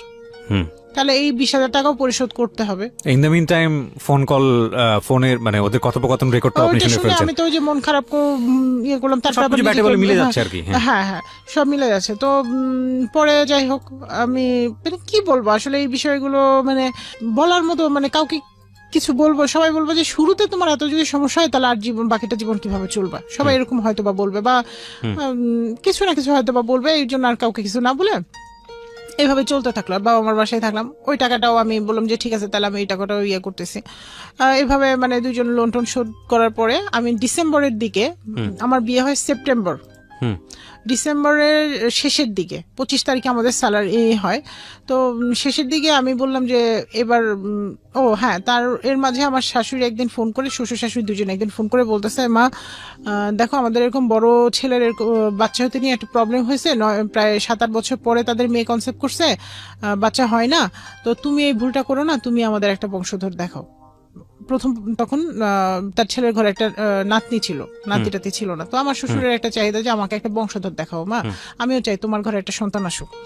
তো যেহেতু একটা মুরব্বী মানুষ বলছে, আর আমার ফ্যামিলি, আমার বাবা মাও বলতেছিল যে এখন একটা বাচ্চা হলে আমি মানুষ করে দিতে পারবো, আমার মা বলতেছিল যে হ্যাঁ এখন আমি একা আছি, আমি এখন আমার ছেলের বউ না, এখন যদি তোমরা থাকো আমি মানুষ করে দিতে পারবো, এটা বলতেছিল। আর আলাদা থাকলেও মনে করো যে আমার কাছে সকালে দিয়ে গেলাম, পরে যাওয়ার অফিস থেকে ফেরার পথে নিয়ে গেলাম, সমস্যা হবে না, এরকম একটা তখন আমি চিন্তা ভাবনা সব মিলায় যখন সবাই চাচ্ছে, তো আমিও চিন্তা করলাম যে ঠিক আছে, আমি বাচ্চাটা নিয়ে নিই। তো গড গিফটেড মানে 1 মাস থেকে 1.5 মাসের মাথায় কনসেপ্ট করে ফেললাম। ডিসেম্বরে যেহেতু আমি কনসেপ্ট করে ফেলছি, আমি একবারও গ্রামে যাই নাই, তো আমি ওকে বললাম যে দেখো মোটামুটি আমাদের লোনটা প্রায় শোধ হয়ে আসছে, এখন এই মাসে চলো আমরা তোমার গ্রামের বাড়ি থেকে ঘুরে আসি। সে বলতেছে না, গ্রামের বাড়ি যাবো, আমার কোনো টাকা পয়সা নাই, আমার হাতে কিছু নাই, তোমার বাবা মাকে গেলে প্রথম নতুন মানুষ দিতে হবে, করতে হবে। তো আমি বললাম যে ঠিক আছে, সব আমিই কিনবো। এই বলে আমি নিজে ওর সাথে যে আমি সবার আত্মীয় স্বজন, মানে যার যা কেনাকাটা করা, প্লাস হচ্ছে বাজার করার জন্য আলাদা করে টাকা রাখা, সব কিছু করে ওর হাতে দিলাম, হিসাব করে, আলাদা আলাদা হিসাব করে, এই 5,000 দিয়ে এই শপিং, এই 5,000 দিয়ে এই খাবার দাবার, এভাবে হিসাব করে তার হাতে দিলাম। আমার বাবা এদিকে গাড়ি ঠিক করে বলছে ঠিক আছে, আমার মেয়ে জামাই যখন যাবে তাহলে একবার আমি আমার গ্রামও ঘুরে দেখায় নিয়ে আসবো আমার জামাইকে, আর জামাই মেয়েও যাবে, যে ওদের গ্রামটা ঘুরে দেখে আসবে, একটা পরিচিতি হয়ে যাবে, গেট টুগেদার হয়ে যাবে। যাওয়ার পরে আমার শ্বশুরকে সব এগুলি দিলাম, ও আমাদের বাড়ি ঘুরলো, আমি ওদের বাড়ি ঘুরলাম। যে ভাইয়া বিশ্বাস করবেন, আমি যে ওইখানে যা দেখি ওদের বাড়িতে, মানে আমার মামা এই কথাটা আমাকে বলছিল দেখে যে তুমি আসলে এখানে দিও না, কিন্তু ওই যে আমার আমার ফ্যামিলি দিল, তো যে দেখি ভাই মানে শোয়ার মতো একটা খাটও নাই। তো আমি সবকিছু চিন্তা করলাম যে যাক, নাই অসুবিধা নাই, আমি তো আছি। তো আমি বুঝলাম যে ওর ওইখানে যেহেতু গ্রামে মানে সবাই মানে এই জন্য আমাকে নিতে চায় না, যে নিলে তার পরিবেশটা আমি জেনে যাবো, সব মিলায় তাকে আমি ওইভাবে হয়তো বা ট্রিট করবো, সব মিলে সে নিতে চায় না, এবং তার মানে সবার সামনে তার ইমোশনটা বোকা বোকা, মানে সবাই জানে খুব ভালো ছেলে, কিন্তু তার যে ক্যারেক্টার বা তার যে টাকা পয়সার চাহিদা বা সেটা তো শুধুমাত্র আমি জানি। এখন আমি গেলে তো এই জিনিসগুলো সবার সামনে ওপেন হয়ে যাবে, যে জিনিসটা সে মানে চাচ্ছিল না ওপেন করতে। পরে যাই হোক, আমি ওইখান থেকে আমরা আবার একদিন থেকে 2 দিন পরে আমরা আবার ঢাকায় ব্যাক করে অফিস টফিস সবাই শুরু করি। এর মধ্যে আমি তার মানে সে বলতেছিল আমার এই চাকরিটা ভালো লাগতেছে না, এখানে চাকরি সুইটেবল না, আমাকে অন্য কোথাও, মানে তার ডিমান্ডই কিছু মানে ভালো চাকরি দাও। তো আমার বাবা বললো, তা তুমি আমার মেয়ের ব্যাংকে জব করবা? তো বললো যে হ্যাঁ করবো, ব্যাংকে জব করবো, কোনো সমস্যা নেই। তো আব্বু ওইভাবে ট্রাই করতে থাকলো যে ঠিক আছে দেখি ব্যাংকে যদি হয়, লবিং টবিং ধরে যদি হয়, এরকম চিন্তা ভাবনা করলো। গেল, তার ইন্টারভিউ কল করলো, ইন্টারভিউতে গেল এবং ইন্টারভিউতে এমন কিছু ভুল করলো যে ভুলগুলো মানে একটা এডুকেটেড ছেলে করতে পারে আমি কখনো কল্পনা করি নাই। সে ইন্টারভিউ বোর্ডে হাত নাড়ায় নাড়ায় কথা বলছে এবং মানে তাদের পছন্দ হয় না মোট কথা। পরে ওরা এটা ওকে ডিনাই করলো যে না আসলে ও তো যোগ্য না। যাই হোক, পরে আমি বললাম যে ঠিক আছে এখানে যেহেতু সমস্যা হয়েছে আরো অনেক জায়গায় পরীক্ষা দিবা, তুমি এখান থেকে শেখো, শিখে তুমি পরে অন্য জায়গায় আরো ভালো বেটার করবা।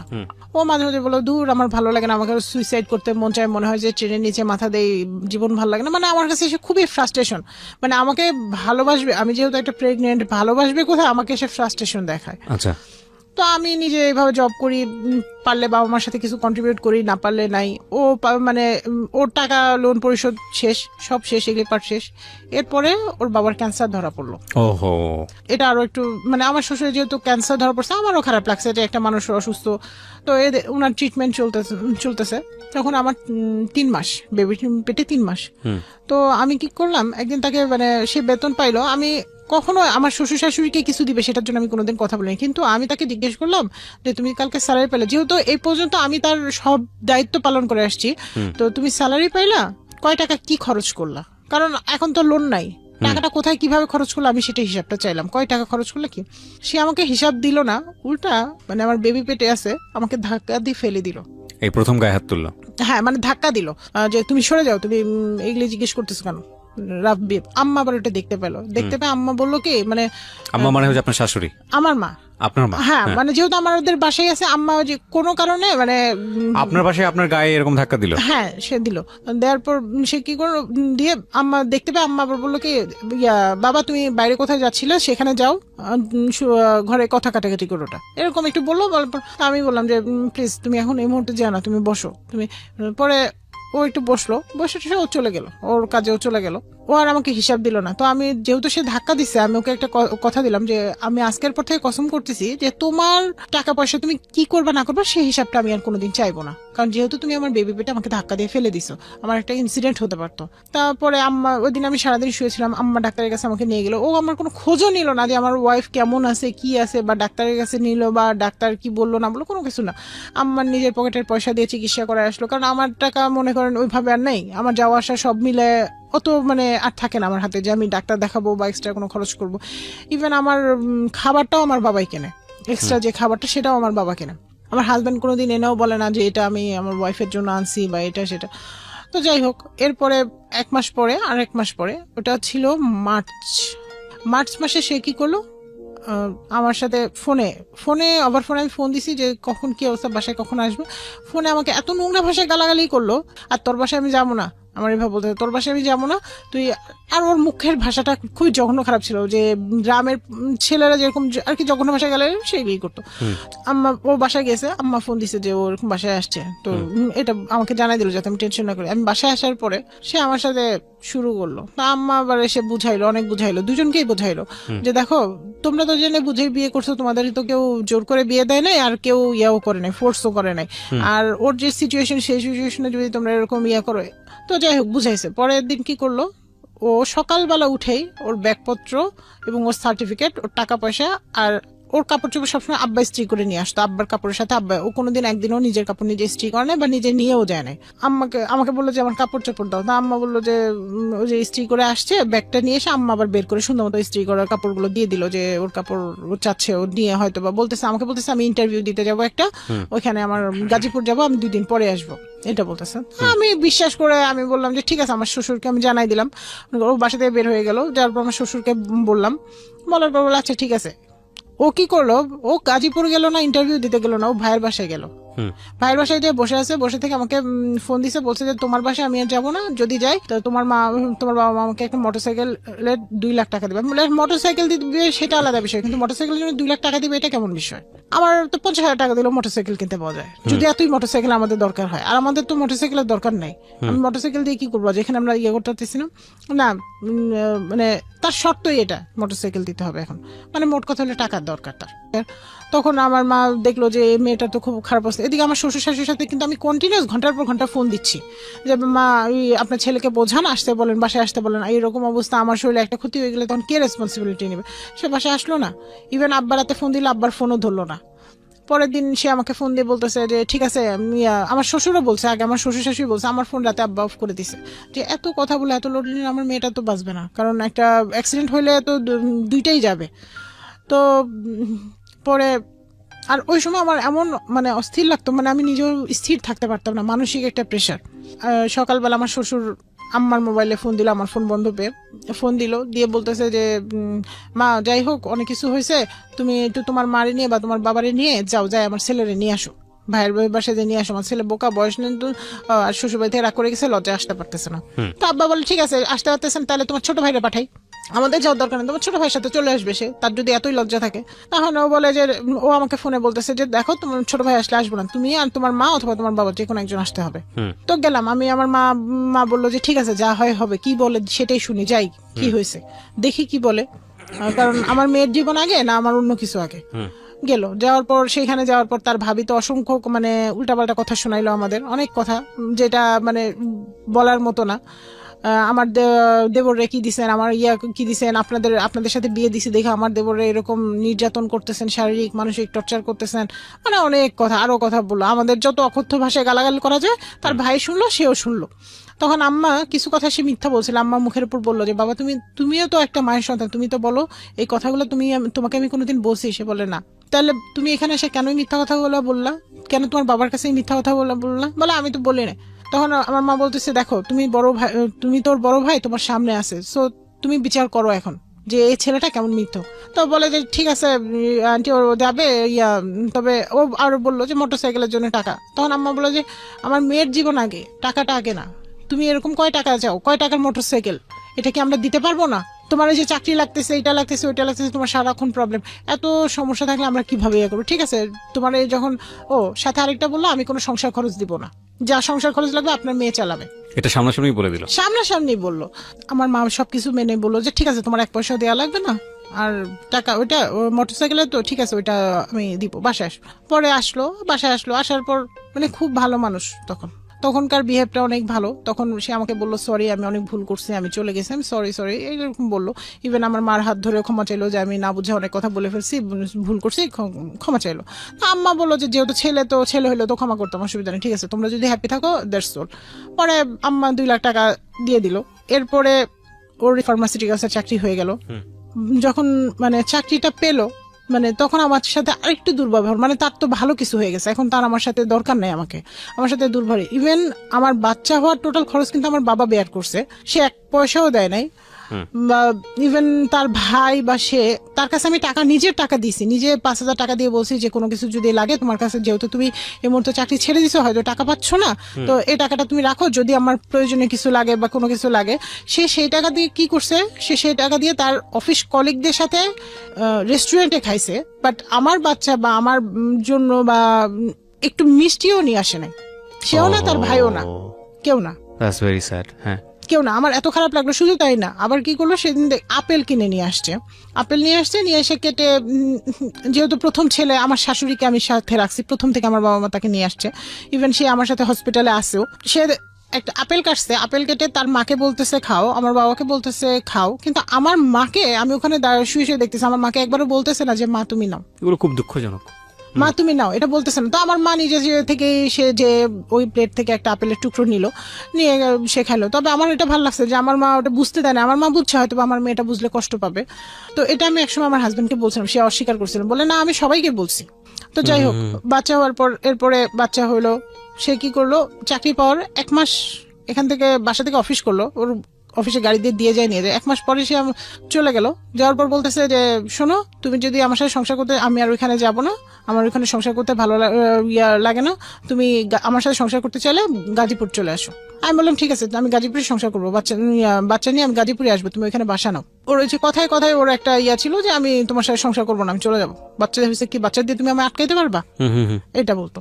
ও বললো আমি গাজীপুর বাসা, আমি বললাম গাজীপুরেই আমি যাবো, আমি গাজীপুর, কারণ আমার তখন চাকরির হচ্ছে শুরুর পর্যায়ে, আচ্ছা, মানে আমি পার্মানেন্ট না তখন, তো যার ফলে আমি এই চাকরি ছেড়ে দিলে আমার কোনো নেই, ওরকম না, যে আমার কথা হচ্ছে তুমি যদি স্বাবলম্বী হও তাহলে তোমার টাকায় আমি চলতে পারবো, আমার কোনো সমস্যা নাই। ও তখন বলতেছে, যখন দেখলো যে আমি বাসা নেওয়ার জন্য প্রেসারাইজ করতেছি, তখন বলে যে, তখন কয়েকদিন যাওয়ার পর বলতেছে ঠিক আছে এখানে বাসা নিলে বাচ্চা কে দেখবে, আমি বলি চাকরি ছেড়ে দিব, তোমার আর নইলে তুমি যাকে পারো তাকে দিয়ে বাচ্চা দেখায় মানুষ করবো, আমার তো একটা সমস্যা নেই। তো বলতেছে যে না ঠিক আছে, আব্বা বলছে বাসা নিতে না করছে, আব্বার চিকিৎসা অনেক খরচ, ঠিক আছে বাসা নিবো না, ওইখানেই থাকে, আমি আসতেছি, এই বলে সে আসলো। আসার পরে সে তার মানে যা বেতন পাইলো সেটা নিয়ে আসলো। নিয়ে আসার পরে সে বলতেছে যে আমাদের মা ছেলেকে কিছু শপিং করে দিল, দিয়ে সে সব টাকা নিয়ে বাড়ি চলে গেল, বললো কিছু টাকা বাড়ি আগেই পাঠাই দিছে, বলতেছে যে এই টাকা দিয়ে কোরবানি দিব। আমি বললাম যে ঠিক আছে, আমি তো অসুস্থ, আমি যেতে পারছি না, তুমি ছেলে তুমি যাও, গত ঈদ আমার সাথে করছে, এই ঈদ তোমার বাবা মার সাথে করো। তো ও বাড়ি চলে গেল। যাওয়ার পরে আমি আশা করতেছিলাম যে পরের দিন আমার হাজবেন্ড যেহেতু কোরবানি দিচ্ছে সেখান থেকে আমার জন্য কিছু নিয়ে আসবে, অবশ্যই আমি এটা হকদার, আমার সন্তান এটার হকদার। সে সেটা নিয়ে তো আসলোই না, উল্টা আরো আমার সাথে দেখা যায় আমার মানে আমি বাসায় এসে আমি ঈদ করলাম কি না, কি খাইলাম, কোনো খোঁজই নেই। মানে সে বাড়ি গেছে তার মতো, আমি আমার মতো। আমার জন্য এটা সকালবেলাটা আমি ওয়েট করতেছিলাম যে আমার হাজবেন্ড সকালবেলা ফোন করে বলবে যে ঈদ মোবারক, উঠে তুমি বাচ্চাকে রেডি করো, তুমি রেডি হও, মানে আমি এক্সপেক্ট করতেছিলাম, বাট এরকম কিছুই না। বিয়ের পর থেকে আমি অসংখ্যবার এগুলি নিয়ে বলছি যে দেখো তুমি তো কখনো আমাকে ফোন দাও না, খোঁজ নাও না, আমি কোথায় থাকলাম কি করলাম, তোমার এগুলি কোনো ব্যাপারই না। বলে চাকরি করা একটা শিক্ষিত এডুকেটেড মেয়েরে বিয়ে করছে, আমি কি কোনো বাচ্চারে বিয়ে করছি যে আমি সারাদিন ফোন করে করে খোঁজ নিবো, এরকম বলতাম বিয়ের আগে এত ফোন এত SMS, এখন বিয়ের পরে কিছুই নাই। বলে বিয়ের পরে এখন তো বউ হয়েছে, এখন তো আর তখন তো বিয়ে করার জন্য পটানো লাগছে, এই কথাটা আবার বলছে। সে কিছু নিয়ে আসলো না, পরে ঢাকায় আমার সাথে উল্টা আরো ফোনেই ঝগড়া হইলো কয়েকবার, ঝগড়া হওয়ার পর পরে সে ঢাকায় আসলো, বাসায় আসলো, আম্মার বাসায় আসলো, আমাদের সাথে আসলো, দেখা করলো। করার পর সে বলতেছিল যে আমি তাকে বললাম যে দেখো এটা কি আমি কি একটুও দাবিদার না, আমি কি এই তোমার প্রথম টাকায় কোরবানি হচ্ছে, এটা কি আমি দাবিদার না, আমি কি একটু হকদার না, তুমি আমার জন্য তো নিয়ে আসতে পারতে। বলে আমি অফিসে গেছি, অফিস থেকে কিভাবে নিয়ে আসবো, ও ভাবি নিয়ে আসছে, ভাবি বলছিল ভাবি নিয়ে আসছে, আমি ভাবির বাসা থেকে নিয়ে আসবো, এই বলে সে ভাবির বাসা থেকে নিয়ে আসলো। পরে 2 থেকে 3 দিন পরে যে ভাবির বাসা থেকে ভাবিরটা নিয়ে আসলো আর কি, ভাবি নিয়ে আসছিল খাওয়ার জন্য বাসা, সেটা নিয়ে আসলো। তো যাই হোক নিয়ে আসছে, আমি আমার বাবা মার কাছে ওইভাবে প্রেজেন্ট না করে আমি বলতেছি যে আমার শাশুড়ি এটা পাঠাইছে তোমাদের জন্য, এইভাবে প্রেজেন্ট করছে। তো তার জানে না যে আমাদের ভেতরে এই যেগুলি থাকে এগুলি বিছাই দাও তাহলে বসতে পারবে। আমার বাবা মা সারা রাত জার্নি করে আমাদের সাথে গেছে, কেউ শুতেও পারতেছে না, বসতেও পারতেছে না, আর আমি বাচ্চাটারে নিয়ে শোয়াইতে পারতেছি না। পরে আমি পাশের বাসার এক প্রতিবেশীর ঘরে যেয়ে বাচ্চাটাকে নিয়ে কিছুক্ষণ শুয়েছিলাম, তখন আমার বাচ্চা হলো 6 মাসের। তো এটা নিয়ে আমাকে অনেক কথা শুনতে হয়েছে, তারা নিজেদের ঠিক না করে আমাকে অনেক কথা শোনাইছে যে এরকমই। পরে আমি আমার শ্বশুর মারা যাওয়ার পর তার বাসার সব ফার্নিচার আমি কিনি, যে আমার সন্তানের জন্য আমার দরকার, কারণ ঈদে যাব আমি সবসময় যাবো, আমার শ্বশুর নাই তো কি হয়েছে, ওইটা তো আমার বাসা। তো আমার শ্বশুর আবার মারা যাওয়ার আগে আমাকে কয়েকটা কথা বলছিল, আমার শ্বশুর খুবই ভালো একটা মানুষ ছিল। তো উনি আমাকে বলছিল যে মা আমার তো অত বেশি সম্পদ নাই, যা সম্পদ আছে তোমার তো বাবার অনেক আছে, সেটা দিয়ে তোমার আর আমার ছেলের তো সুন্দর চলে যাবে, কিন্তু আমার বড় ছেলে তো শ্বশুর বাড়ি থেকেও কিছু পায় নাই আর কিছু নাই, আমার এই সম্পদগুলো যদি আমি আমার বড় ছেলেকে দিয়ে যাই তোমার কোনো আপত্তি থাকবে, আমাকে এটা জিজ্ঞেস করছে। আমি বলছি যে আব্বা আপনার সব সম্পদ যদি আপনার সবাইকে দিয়ে যান, আমাকে যদি 1 ফোঁটা সম্পদও না দেন আমার কোনো আপত্তি নাই, শুধু আপনি আপনার দোয়াটা দিয়ে যাবেন, আমি পারবো, এই শহরে আমি প্রতিষ্ঠিত হতে পারবো। তো উনি বলে যে ঠিক আছে মা তোমার যখন আপত্তি নেই। তো উনি মৃত্যুর আগে ওনার সব সম্পদ বেশিরভাগ 99% সম্পদই তার বড় ছেলের নামে লিখে দিয়ে গেছে, আর 1% শুনি যে একটা মাটির ঘর নাকি তার নামে দিয়ে গেছে। তো আমার ওইটা নিয়ে কোনো হেডেক নেই, ইভেন আমার এখন বলতো ওইগুলি নিয়ে কোনো ভাবনা নেই। আমার শ্বশুরের অনুষ্ঠান হইলে বড় করে সব হইলো, এর মাঝে আমার শাশুড়ি, আমি রেগুলার খোঁজ নেই যে মা আপনার কিছু লাগবে কিনা, কারণ আমার শ্বশুর থাকতে হয়তো যে জিনিসগুলো দিছে ছেলের কাছে লজ্জায় তো সেই কথাগুলো নাও বলতে পারে। তো আমি জিজ্ঞেস করি, আমি রেগুলার ফোন দিয়ে জিজ্ঞেস করি। তো একদিন কি করছে, সে আমাকে, আমি ফোন দিছি জিজ্ঞেস করতেছে, সে আমাকে এত উল্টাপাল্টা ভাষায় ফোনে গালাগালি করতেছে। এরপরে বাসায় এসে আমি আবার মা বাবার সাথে সবই মোটামুটি শেয়ার করি। আমি বলতেছি মা এরকম এরকম বলছে, ইয়ে হয়েছে, এটা নিয়ে এক পর্যায়ে আমি চিল্লাচিল্লি করে পরে আমার অজ্ঞান হয়ে যায়, সেন্সলেস হয়ে যায়, বাথরুমে ঢুকে সেন্সলেস হয়ে যায়। পরে আম্মা, যেহেতু আমি সেন্সলেস হয়েছি এই জন্য আম্মার মাথাটাও তখন আম্মা বলছে যে তোমার মা এগুলি বলছে, কেন বলছে, তোমাকে তো আমরা দিছি, কেন তুমিও বলবা, তোমার মাকেও দিয়ে বলবা, সবাই বলবা, তার মানে কি আমরা কি টাকার মেশিন? তোমার কাছে আমরা অন্য কিছুই না? আমরা মা বাবার এতটুকু সম্মান পাই না? ঠিক আছে, যদি এটাই হয় তাহলে তুমি এই মুহূর্তে তোমার বউ বাচ্চাকে নিয়ে বের হয়ে যাও। কিভাবে তুমি তোমার বউয়ের চাকরি করাবা, কিভাবে কি করবা সেটা তুমি জানো, আমি জানি না। এটা আমার মা ডাইরেক্ট বললো। তখন আমি ওর বোর কাপড়ে রেডি হলাম যে চলো আমি এক কাপড়ে বের হয়ে যাবো, তুমি কোথায় রাখবা রাখো, আমার চাকরির দরকার নেই। তো সে তখন আমার উল্টা বুঝাইল, আমার শ্বশুর আমাকে যাইতে বলছে যে আমি যাবো, কেন যাবো, আমি বাড়ির ছেলে তাই আমি যাবো না। গেল না, থাকলো। এরপরে আমি সেভারাল টাইম তাকে বলতেছি যে যেহেতু আমার শাশুড়ি গ্রামে একা থাকে, আমরা বাসা নেই পাশাপাশি, আমার মার বাসার পাশে বাসা নেই, বাসা নিলে আমার দেখা যাবে বাচ্চাটাকে আমার মার কাছে সকালে রেখে গেলাম, বিকেলে নিয়ে গেলাম, অফিস থেকে ফেরার পথে নিয়ে গেলাম। সে বলতেছে না, আমি বাসা নিলে গাজীপুর নিবো, আমার মারে নিয়ে গাজীপুর বাসা নিবো। আশ্চর্য, তোমার বউ চাকরি করে ঢাকা, তুমি খালি গাজীপুর টানো, গাজীপুর, মানে বউ বাচ্চার কোনো দায়িত্ব তার নেওয়ার কোনো ইচ্ছা নাই, নিতে বললেই মানে তার রাগারাগি উল্টাপাল্টা কথা। এভাবে চলো। ওই বলতেছে যে আমার এখান থেকে দূরে হয়, তুমি রামপুরের দিকে বাসানো। আমি বললাম যে খরচ কে দিবা? ও বলতেছে খরচ আমি দিতে পারবো না, তুমি দিবা, কারণ আমার এই যে টাকা পয়সা এগুলো যে বাবার অনুষ্ঠান করছে, এখানে অনেক প্রায় 1-1.5 লাখ টাকা খরচ গেছে, ভাইয়ের থেকে লোন করে নিছি, এগুলো ভাইকে দিতে হচ্ছে। তারপরে আরো অনেক কিছু বলে মানে সে নাকি তার টাকা ভাইকেই দিতে হয় শুনে। তো যাই হোক, এগুলো তো শুনলাম। শোনার পরে আমি ওখান থেকে ব্যাক করলাম। ব্যাক করে আমি বাসা দেখলাম, বাসা দেখে রামপুরা বাসাও নিলাম। নেওয়ার পরে রামপুরা বাসা নেওয়ার পরে সে আরো আসে না, বাসায় আরো আসে না। কিরে, তোমার জন্য আমি বাসায় আগায় নিলাম, তুমি বাসায় আসো না, কেন আসো না? বলে আমার অফিসের অনেক কাজ। এর মধ্যে কি করলো সে, আমি ফোন দিয়ে সে আমার ফোন নাম্বারটা ব্লক করে রেখে দিছে, অন্য ফোন দিয়ে সেটাও ব্লক। সুতরাং আমি পারতেছি না কোনো মানে ওকে ট্রেস করতে। তো আমি ওর অফিসের কলিগের সাথে যোগাযোগ করে ওর সম্বন্ধে ইনফরমেশনটা নেই যে ও অফিসে না, কি ব্যাপার কি। এতেও আরো ক্ষিপ্ত হয় আমার বাবাকে ফোন দেয়, বলে আপনার মেয়ে এই সেই, মানে দুনিয়ার কথা, নোংরা ভাষায় গালাঙ্গি। এটা তো এমনি তো রেগুলার চলতো, আর সেটা সেদিন থেকে আরো বেড়ে গেল। আমার বাবাকে বললাম ওর ভাইকে সহ ডাকো, ওর ভাই সহ আসলো। আসার পর সে এমন মানে আমার বাবা মার সামনে এমন নোংরা কথা বলতেছে, মানে যা বলার মানে বাহিরে। সে বলতেছে, তুই আমার মাকে বলতেছে, তুই আমার মা না, তুই কি আমার মা? তুই কেন বলিস বাড়িঘর করার কথা? আমার ছেলে রাস্তায় থাকবে, তোর সমস্যা কি? এরকম ভাষা। তার ভাইও কিছু বলতেছে না। এখন আমার বাবা উল্টা বিরক্ত হয়ে আমার গালেই 2টা চড় দিছে। ওরা না শাসন করে আমারই চড় দিছে, যে কারণ আমার বাবা কেন চড় দিছে আমি বুঝছি, যে আজকের এই বেয়াদবিটা আমার জন্যই সে সাহস পাইছে। কেন সাহস পাইছে? তাকে বিয়ে তো আমিই করছি, আমার ফ্যামিলি তো বলছে যে এই মানে এই ছেলেকে করো না, সমস্যা আছে। তো যাই হোক, পরে আব্বা বললো যে তোমরা আলাদা বাসা নিবা, আমি আর তোমাদের লাইবিলিটিস নিবো না, তোমরা আলাদা বাসা নিয়ে তোমরা কিভাবে ভালো থাকবে থাকো। ভালো কথা। এখন তোর মাথায় বোঝা একটা পড়লো যে আলাদা বাসা নিতে হবে। দেন সে কি করলো, বললো যে আচ্ছা ঠিক আছে আলাদা বাসা নিবো, আমরা আলাদা বাসা নিবো। ওর ভাই আবার বুঝাইলো, আঙ্কেল রাখেন, ও তো মাথা গরম। তো বলে যে বাবা আমি রাখতে তো আমি এত কিছু শুনতে পারবো না, এত সমস্যা এত কিছু, তা ওরা ওদের মতো ভালো থাকলে থাকুক, এটা বললো। বলার পরে এগুলি গেল। এরপরে আসলো, ওইটা ছিল, ও কি করলো, একদম ওই ঝগড়া টগড়া করে ব্যাগ ট্যাগ গুছাই নিয়ে একবারে হোস্টেলে যায় উঠলো। ওর বসের কাছে আমি ফোন দিলাম, দিয়ে বললাম যে স্যার এই ব্যাপার দেখেন তো, ওকে একটু বুঝাইতে পারেন কিনা।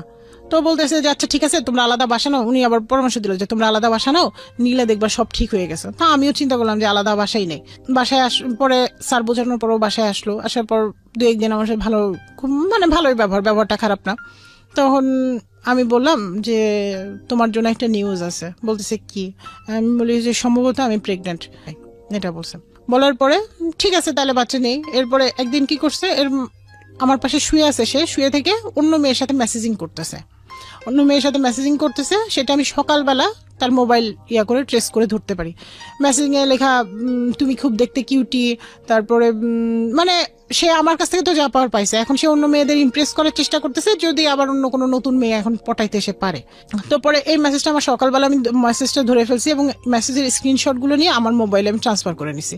এটা নিয়ে দুজনের মধ্যে তুমুল ঝগড়ার পরে ও বাসা থেকে বের হয়ে গেছে, তোমার সাথে আর থাকবে না, তোমাকে আমি ডিভোর্স দিব, তুমি আমাকে কিচ্ছু দাও নেই, সারা জীবন খালি জ্বালাইছো, আর তোমাকে আমি ডিভোর্স দেবো। এরপর অফিসে চলে যায়, ওই হোস্টেলেই থাকে। আমি যোগাযোগ করলে আমার সাথে যোগাযোগও করে না, করে না। পরে সে বলে কি যে শোনো, এদিকে আমাকে কন্টিনিউস ডিভোর্সের থ্রেট দিয়ে যাচ্ছে, যে তোমার সাথে আমাকে এত অসংখ্য মেসেজ পাঠাইছে, আমি আর লোড নিতে পারতেছি না, আমি অসুস্থ, এই অবস্থা, মানে সবেমাত্র একটা কনসেপ্ট, মানে ওর চিন্তা ভাবনায় যে এমন কিছু হোক যাতে মা মেয়ে দুজনেই শেষ হয়ে যায়, মা এবং পেটের বাচ্চা সেটা দুজনেই শেষ হয়ে যায়। তো পরে এখান থেকে বের হলাম। আমি বললাম যে না, কিছু একটা করতে হয়। তখন ও বলতেছে, ওকে আমি ইমপ্রেস করার চেষ্টা করলাম। তখন ও বলতেছে যে শোনো, তুমি যদি আমার সাথে সংসার করতে চাও তাহলে তুমি তোমার বাবাকে নিয়ে আমার ভাইয়ের বাসায় আসবা। আমি তখন বললাম যে আমি একা আসি, আমার বাচ্চাকে নিয়ে আমি একা আসি, তুমি যেখানে রাখবে আমি সেখানে থাকবো, আমি তো বাবাকে নিয়ে আসার দরকার নেই। বলে না, তোমার বাবাকে নিয়ে আসবে। মানে সেখানেও তার আরো কিছু শর্ত থাকবে, কিছু চাওয়া থাকবে। গেলাম, যাওয়ার পরে সে আমার বাবাকে ওইখানে বললো যে 2 লাখ টাকা আরো দিতে হবে ফার্নিচার কেনার জন্য, যে বাসা নিতেছি ফার্নিচার কেনার জন্য 2 লাখ টাকা দিতে হবে। আর আপনি আর আমাকে বললো যে সংসার খরচের টোটাল দায়িত্ব তোমার, আমি কোনো কিছু জানি না। আমি বললাম আচ্ছা ঠিক আছে। তাও কারণ আমার মনে হলো যে আমি বাচ্চাটাকে নিয়ে, যেহেতু আমার মানে পেটে একটা বাচ্চা, মানে তার লাইফটাও তো সেভ করা দরকার। কারণ বারবার ওই সময় আমার কন্ডিশনটা এতটা ক্রিটিক্যাল হয়ে গেছে যে বারবার মানে আমার ব্লিডিং হচ্ছে, প্রত্যেক মানে বাচ্চা থাকার পরেও ব্লিডিং হচ্ছে। ডাক্তার বলছে যে তোমার টোটালি রেস্ট দরকার, আর এই মেন্টাল প্রেশারগুলো নেওয়া যাবে না। তো যাই হোক, বসুন্ধরায় আমরা অফিসের পাশে আবার বাসা নিলাম। আমার অফিসের পাশে বাসা নেওয়ার পর আমার বড় ছেলেটাকে কেউ রাখে না, আমাকে সাথে করে অফিস নিয়ে যেতে হয়, নইলে ওইখান থেকে এসে রামপুর এসে বাবার বাসায় দিয়ে যেতে হয়।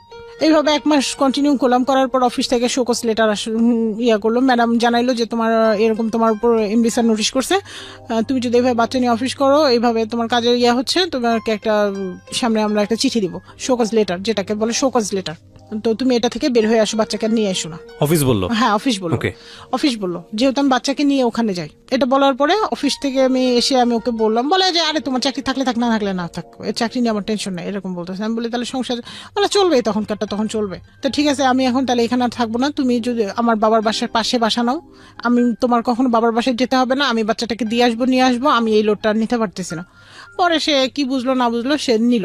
এরপরে বললাম আচ্ছা ঠিক আছে। এর মাঝে তার ভাই 6 লাখ টাকা দিয়ে গাড়ি কিনলো। আমি চিন্তা করলাম এই টাকাটা কোথায় পাইলো। এক্স্যাক্টলি আমারও প্রশ্ন তাই। হ্যাঁ, এই 6 লাখ টাকা কোথায় পাইলো? তার ভাই সংসার খরচ দেয় না, সেই বিষয়ে শাসন করে না, কিছুই করে না, অথচ 6 লাখ টাকা দিয়ে তার ভাই গাড়ি কিনলো। শেয়ারে কিনছে, সে বলে যে শেয়ারে কিনছে আরেকজনের সাথে। তো যাই হোক, দেখতাম যে ভাবির মানে আমার চেয়ে ভাবির খোঁজটা অনেক বেশি নেওয়া হতো, যে কোনো প্রতিদিন মানে রেগুলার ভাবিকে ফোন, ভাবির বাচ্চার খবর, ভাবি কোনো টাকা পয়সা লাগবে কিনা সেটা মানে সেটা জিজ্ঞেস করা সব। কিন্তু আমার কিছু লাগবে কিনা বা আমার কোনো কিছু প্রয়োজন কিনা কোনোদিন জিজ্ঞেস করে না। আমার এই বিষয়গুলো খুব দৃষ্টিকটু লাগলো। কিরে আমাকে জিজ্ঞেস করে না, আমাকে না জানায়, তার ভাইয়ের বাসায় যায়, তার ভাইয়ের অ্যাবসেন্সে তার ভাবির সাথে গল্প করে আসে, বাট সে এইগুলি বিষয়ে কিছুই জানে না। আমি তার বিভিন্ন মোবাইল থেকে বিভিন্নভাবে ট্রেস করতে পারি। তো যেহেতু এই মেয়ের বিষয়টা নিয়ে আমার আরো মানে কনফিউশনটা ক্লিয়ার হয়ে গেল। পরে সে কি করলো, তার মোবাইলে ডাবল পাসওয়ার্ড দিয়ে রাখলো, যাতে তার মোবাইল আমি আর কোনোভাবে ধরতেই না পারি, ইভেন কল আসলেও রিসিভ করতে না পারি। যাক, যেহেতু আমার বাচ্চা পেটে, আমি এগুলি নিয়ে আর অশান্তি না বাড়াই। এভাবেই মানে চলতে রমজান মাসে সে আমারে বললো যে ল্যাপটপ কেনার জন্য একটা টাকা দিতে হবে। এই বলে সে ল্যাপটপের জন্য টাকা চাইলো। তখন আমি এটা নিয়ে, আমার কথা হচ্ছে যে এখন সামনে প্রেগনেন্সি পিরিয়ড, কত টাকা লাগবে জানি না আমরা সিজারিয়ানের ক্ষেত্রে, তো তুমি এগুলি কেন করতেছে বলে না। পরে আমার সাথে ঝগড়া করে আমার বাবারে ফোন দিছে, আপনি আসবেন সেই ইফতারির টাইম, আপনি আসবেন, এসে আপনার মেয়ের সমাধান করে যাবেন, কি করবেন না করবেন আসেন, সামনে এসে বলবো। মানুষ যেখানে ইফতারি করার দাওয়াত দেয় সেখানে সে বিচার করার দাওয়াত দিতেছে। তো আমি ন্যাচারালি আমার বাবাকে ফোন করে বললাম যে তোমার আসা দরকার নেই, এরা এগুলি সারা বছরই করবে, এগুলি নিয়ে তোমার থাকা মনে দরকার নেই, তোমার আসা দরকার নেই, যা পারে করুক, বলছে বলুক। পরে আমার বাবা আর আসে নাই, আমি না করাতে আমার বাবা আসে নাই। আর আমার ছেলেটা বেশিরভাগ সময় দেখা যায় আমার বাসায় থাকে, আমি যাই নিয়ে আসি দিয়ে আসি, এরকম করে চলে। ইভেন আমার শাশুড়িও যায় থাকে, আমিও থাকি। এভাবেই চলতে বাচ্চা হইলো। বাচ্চা হওয়ার পরে আর এর মাঝে তাও কিছু হইলো, আমাকে অকথ্য ভাষায় গালাগালি আর গায়ে হাত তোলা, এই বিষয় দুইটাই ছিল। সে গায়ে হাত তুলতো। যাই হোক, পরে বাসায় আসলাম। বাসায় আসার আমার মার বাসায় রাখলো। 2 সপ্তাহ পরে আমি বাসায় গেলাম, জোর করেই গেলাম, আমার শাশুড়িকে নিয়ে জোর করে বাসায় গেলাম। যাওয়ার পরে আমার বাসায় বাজার করে না, উল্টা আমার গায়ে হাত তুলে আমাকে টর্চার করে, আর বলে কোথায় যে তুই টাকা দিলে দে, না দিলে তুই। তখন গায়ে হাত তোলাতে চলে গেছে? গায়ে হাত তোলা আগেও তুলতো, কিন্তু তখন আরো বেশি হইলো পরিমাণটা। ইভেন কাজের বুয়ার সামনে গায়ে হাত তুলে, মানে কাজের বুয়ার সামনে গায়ে হাত তুলে এবং গালাগালি মুখোমুখি যা আছে করে আমাকে বললো, অ্যাট লাস্ট বললো যে তুই হয় কাবিন নামা নিয়ে আসবি, ডিভোর্স নিয়ে যাবি আমার কাছ থেকে, আর নইলে টাকা নিয়ে আসবি, টাকা দিবি, তোর ওই যে অ্যাকাউন্টে যে টাকা আছে সেই টাকাটা আমাকে দিবি। দিয়ে আমি যা অ্যাকাউন্টে তখন কত টাকা ছিল? আমার প্রায় 13-14 লাখের উপরে টাকা ওই সময়টাতে।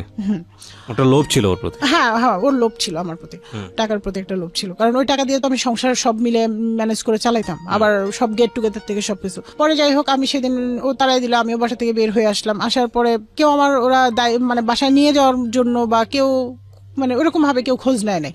ইভেন তার ভাইও আসছে সেদিন, তার মাও ছিল বাসায়, তার ভাবিও আসে, কেউ বলে নাই যে বউকে বাসায় নিয়ে আসি, যা হবার হয়েছে আমরা যাই, যে নিয়ে আসি। নিয়ে আসলো না, যোগাযোগ করলো না, উল্টা সে বারবার মেসেজ দিচ্ছে যে তোমাকে আমি ডিভোর্স দিব, তুমি রেডি হও, তোমার বা গার্ডিয়ান নিয়ে বসো। কারণ সে এখন আর আমার কাছ থেকে টাকা পাচ্ছে না। অনেকভাবে তার অফিস কলিগ থেকে শুরু করে অনেকভাবে তাকে ইয়া করার চেষ্টা করলাম। তাকে পরে একদিন তাকে নিয়ে সব তার ভাই সহ তাকে নিয়ে আবার বসা হইলো। বসে সে সবার সামনে আমাকে প্রপোজাল দিল যদি আমি ফ্ল্যাট সেল করে দেই, মানে আমি এর মধ্যে কি করছি ইনসিকিউরিটির কারণে আমি ওই টাকাটা দিয়ে, যেহেতু বাসা ভাড়া দেওয়া লাগতেছিল, আমি চিন্তা করছি ফ্ল্যাট সেল বলতে মানে হ্যাঁ আমি ওই যে বাসা থেকে ও যে আমাকে বের করে দিল, দেওয়ার পরে যেহেতু ও টাকাটা চাচ্ছিল আমি ইনসিকিউর ফিল করতেছিলাম, তো আমি আর ও একটা ফ্ল্যাট দেখেছিলাম। আচ্ছা, তো সেই ফ্ল্যাটটা আমি বুকিং দিয়ে দিলাম, এই টাকাটা দিয়ে বুকিং দিয়ে দিলাম আমার বাবার সাথে পরামর্শ করে যে আমি যদি লোনও করি তাহলে ওই টাকা দিয়ে আমি আমার বাসা ভাড়ার টাকা দিয়ে আমি লোন শোধ করবো আর ওর টাকা দিয়ে ও সংসার চালাবে, এটা চিন্তা করে।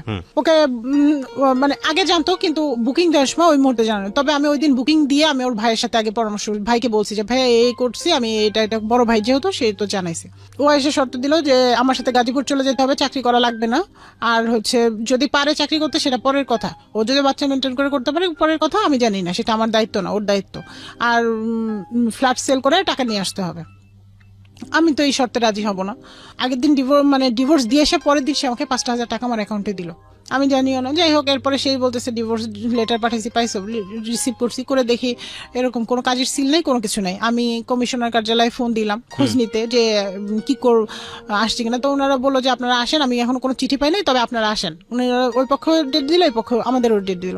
যাওয়ার পরে ভাইয়া সেখানে তারা মিউচুয়ালের কিছু কথা বললো না, আমি যা বলি সেটাতে আমার দোষ হয়ে যায়, আর ছেলে যা বলে সেটাতে কোনো দোষ নেই, মানে ছেলের পক্ষ থেকে নিশ্চয়ই কোনো কিছু ইয়ে করছে। এবং বললাম মেয়ের মাথায় গন্ডগোল আছে, আমি পাগল, আমাকে মেসেজও দিছে সেই মেসেজগুলো, এবং শর্ত দিল মেয়ে বাবার গাজীপুর যেয়ে থাকবে, চাকরি করলে স্যালারি 30,000 টাকা ছেলের হাতে দিবে, আর ফ্ল্যাট বিক্রি করে টাকা নিয়ে চলে যাবে। এই কন্ডিশন কে দিয়েছে? ওদের গ্রামের চেয়ারম্যান মেম্বাররা। যেহেতু যে আমি ওই যে ডিভোর্সটা মানে সত্যি কিনা বা আমি তুলতে গিয়েছি, ওই যে সালিশি বৈঠকে একটা ইয়া হয় না, বিচার হয় না, এই কন্ডিশন গুলো দিয়েছে।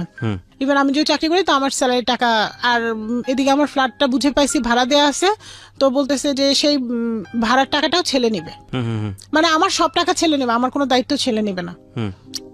এবং ওই ছেলেকে একটা লিখিত দিল। ও কি করলো, আমি এরপর আমার বাবা আমাকে পাঠাইলো, বললো মানুষের মন তো পরিবর্তন হয়, দেখো পারো কিনা। তো গেলাম ওর বাড়িতে, থাকলাম। ও আমার সাথে রাতে থাকতেছে, সকালে থাকতেছে, উঠে আমাকে বলতেছে তুই তো ফ্ল্যাট সেল করে টাকা দিবি না, তোকে তো আমি চিনি, তো তুই আমার ডিভোর্স দে, চল এখন যাবি মিউচুয়াল ডিভোর্স দিতে, যদি না যাস তাহলে ভালো হবে না। আমি বলতেছি যে দেখো এরকম মিউচুয়াল ডিভোর্স আমি দিব না, আমি কোনোদিন তোমাকে ডিভোর্স দিব না। তখন সে কি করলো, আমার গায়ে 2টা হাত তুললো, তারপর আবার বের হয়ে চলে গেল, বাসা থেকে বের হয়ে গেল। তারপর বললো যে আমি বাসা নিব, যদি পারস গাজীপুর আসবি, না পারলে ইয়া করবি। তো ফোনে যে ওইখানে রাতের বেলায় আমি বললাম যে কোনো হাজবেন্ড কি এরকম আছে শুনছো যে ওয়াইফের সাথে রিলেশন করে যায়, 5 মিনিট পরে বলে যে চলো কাজী অফিসে যাই, মিউচুয়াল ডিভোর্স দিন। এই মেসেজটা দিছে। তখন সেই জন্য আমার বাবাকে ফোন দিছে, বলে যে আপনার মেয়ে আমাকে অকথ্য ভাষায় গালাগালি করতেছে। না, আব্বু বাইরে ছিল, এসে বলতেছে কি করছে। তো এটা নিয়ে পরের দিন আমি বললাম যে তুমি আমার বাবাকে বলতে গেছো কেন, এই জন্য তো আমার বাবা মেসেজ দেখছে, তুমি না বললে তো আমার বাবা মেসেজ দেখতো না। তো সে তখন কি করলো, সে আমাকে ওভার ফোনে বললো 3 তালাক দিল, 1 তালাক 2 তালাক 3 তালাক বয়ান তালাক। সে ওভার ফোনেই বললো যে তোর সাথে আমি সংসার করবো না, তোর 3 তালাক দিলাম।